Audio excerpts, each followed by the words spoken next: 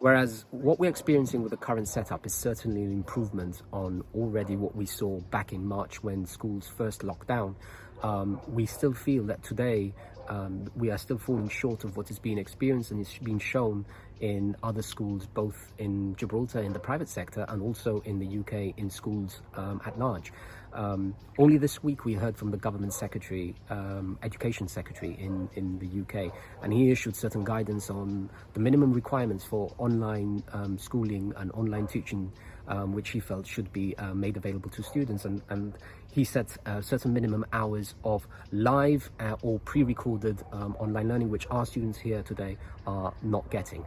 And one of the reasons why we are so adamant that this should actually take place is because we feel there will be a group of students who will not be able to adapt as well as necessarily others will, and it's precisely this group of students which we feel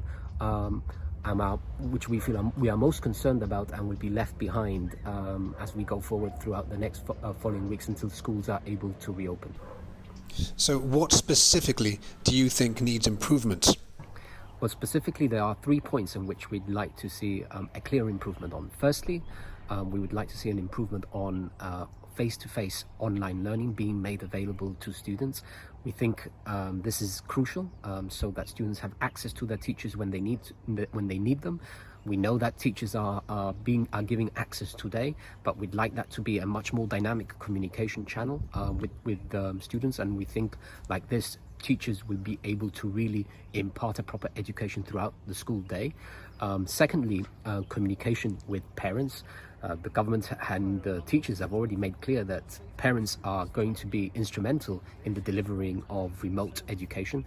So we feel that in this environment, it's crucial that teachers, government and parents are able to speak together so that they can update each other on how students are faring throughout the school day, which is not happening. And as a follow-on from this, school reporting. We feel that school reports haven't been consistently provided for up until now, given what we saw last year and since the beginning of schools, and we'd like to see that reinstated either directly with parents via email or via phone or by other medium, but we certainly feel that this is something that should take place urgently. And are you hoping for dialogue with the government or the NASUWT moving forward? I'm happy to say we're already speaking to the Minister for Education, Mr. Cortes, and his wider team at the Department of Education. And I'd just like to thank him and his team for having met with us in recent months and weeks on this subject. It's been a fruitful process up until now.